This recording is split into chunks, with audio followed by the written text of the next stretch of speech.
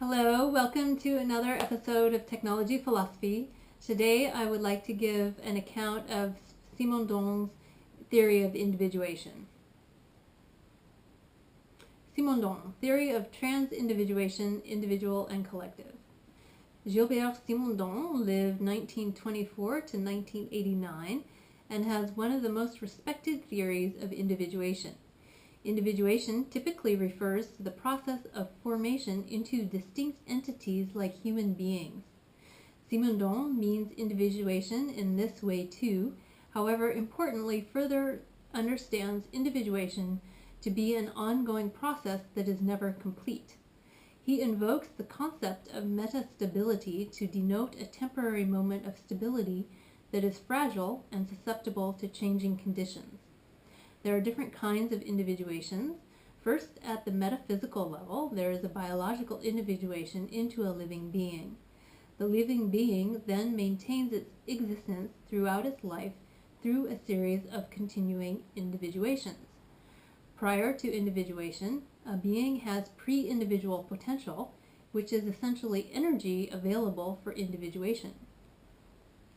The idea of pre-individual potential comes from the pre-Socratic definition of nature as the reality of the possible. Nature is apeiron, infinite pre-individual potential that is not yet a phase of being.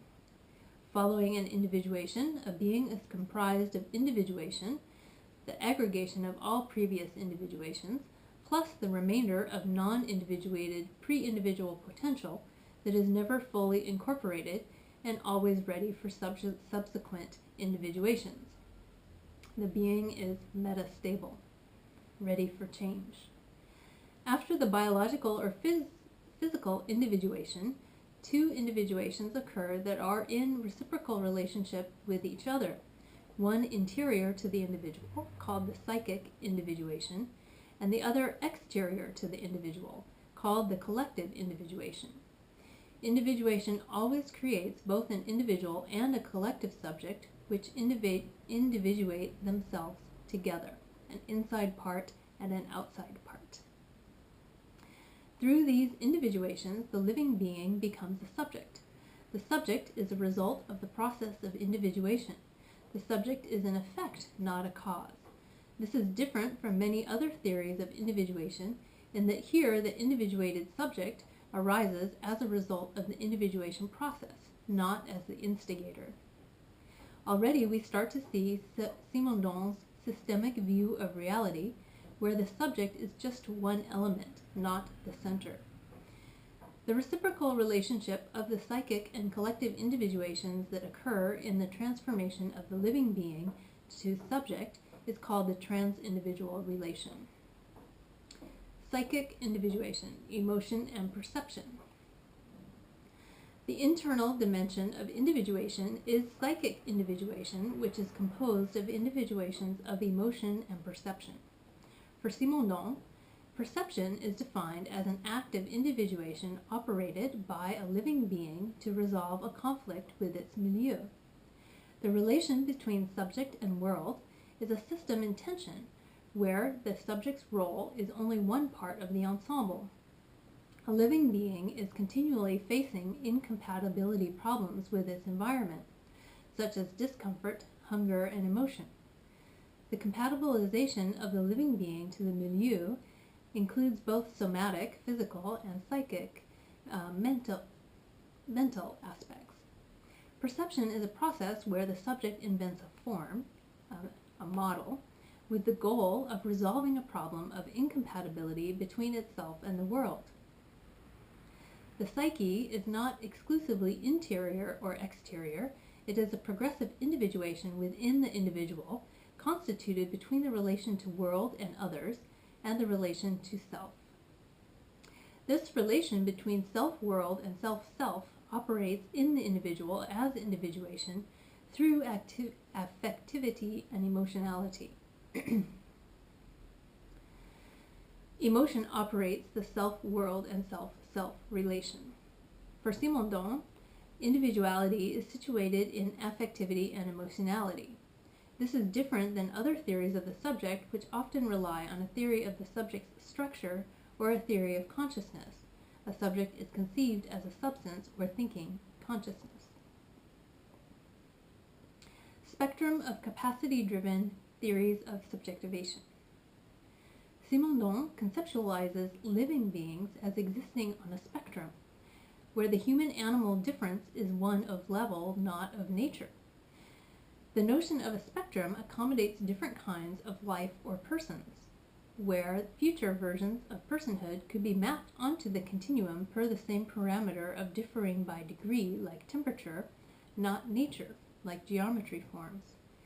Simondon's qualities of dynamism and process are present here too, as any placement on the spectrum is only metastable, ephemeral, based on the present snapshot moment of individuation, which is always expanding.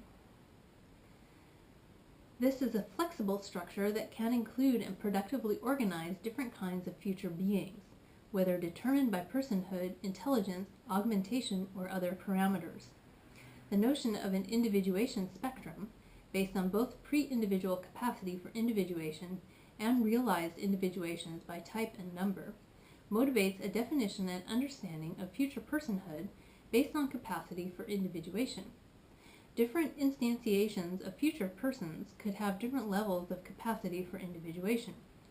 Levels of capacity for individuation could be the simple organizing parameter for a potential society of diverse future persons.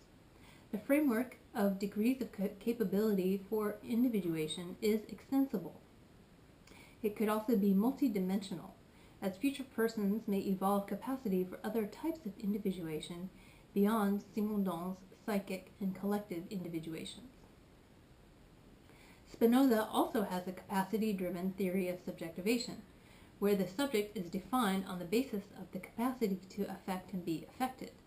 The difference between having an internal sense of freedom and slavery is the difference between affects that either increase or decrease a subject's power of action. To Spinoza, consciousness does not indicate a stable autonomous entity with free will. Rather, consciousness is a property that varies as a function of the overall sum of forces between active and passive affects within the subject. So there are similar themes in Spinoza and Simondon. First, subjectivation is based on capacity, where the subject is dynamically situated on a spectrum of capacity for individuation, affect, or power of action. And second, the subject is in a collective context. More broadly, Spinoza, living 1632 to 1677, is important as one of the strongest alternatives to Descartes, living 1596 to 1650, and the persistent Cartesian hold on thinking through mind-body dualism. For Descartes, sentient man was an exception, the famous cogito, I think, therefore I am. And mind and body are composed of two different substances, ergo the mind-body dualism. Spinoza, on the other hand, in Ethics, proposes the notion of a universal substance that emanates both body and mind, which are in different modes, but not fundamentally different. In Spinoza's reality, the physical and mental worlds are interconnected and derived from the same substance. This means that sentient man is not an exception, and therefore many kinds of persons could potentially exist as different formulations of the universal substance on the spectrum of having capacity for action. The Spinozist view robustly supports a spectrum of diverse future persons. Anxiety. The subject discovers that it exceeds its individuality. For Simondon, the idea of unrealized pre-individual potential is crucial. We are more than individuals. Our being is not reducible to our already realized individuated being, since as subjects we are constituted by ongoing but already realized individuations and the pre-individual potential for new individuation. Since the subject is both individual and more than individual, it means that it is incompatible with itself. Anxiety is the experience of the individual discovering this incompatibility that has within it that which exceeds it. This could sound deeply hopeful and liberating. The fact that such potentiality is a fundamental constitutive dimension of the subject. However, the lived experience of this can be a hideous conflict. The tension can only be resolved within the collective, not the solitary subject, because the solution would be to individuate all the remaining pre-individual potential at once, which would be death. In some sense, then, anxiety is the highest achievement that a being on its own can attain as a subject, since it promulgates action taking by the subject toward the collective and results in individuation. The collective is required for the individuation of the individual. In the absence of any possible encounter with others, the one who discovers itself to be a subject strives desperately to resolve within it that which exceeds its individuality, but it is an attempt bound to fail. We cannot show any more clearly how subjectivity cannot contain itself within the limits of the individual. The link to the collective through the trans-individual relation is therefore how the individuated pre-individual tension can be resolved. Simondon's collective and trans-individual disindividuation. An important dimension of Simondon's work that is of interest to social and political theorists and beyond is the link between the individual and the collective, which he understands at the fundamental level through individuation. Assuming that future persons would be within some sort of society, Simondon's conceptualization is applicable to developing an understanding of the collective context. Articulating the collective in more detail, Simondon thinks that functional social relations can be an obstacle to discovery and effectuation of pre-individual potential. What is needed is an exceptional disindividuation. What is needed is an exceptional disindividuating event to strip a subject of its usual social function and reveal its pre-individual potential to others. A classic example of this is in Nietzsche, where Zarathustra sees a tightrope walker fall and die. This is a jolt out of the rope walker's usual social role as a performer, which allows Zarathustra to see the rope walker's pre-individual potential, and through that, his own pre-individual potential. An observer of an event sees the pre-individual potential in the other at the moment of the shift in functional social relations, which causes the subject to become aware of its own pre-individual potential, and thus become engaged in the ordeal called forth by this discovery. This process disindividuates the subject.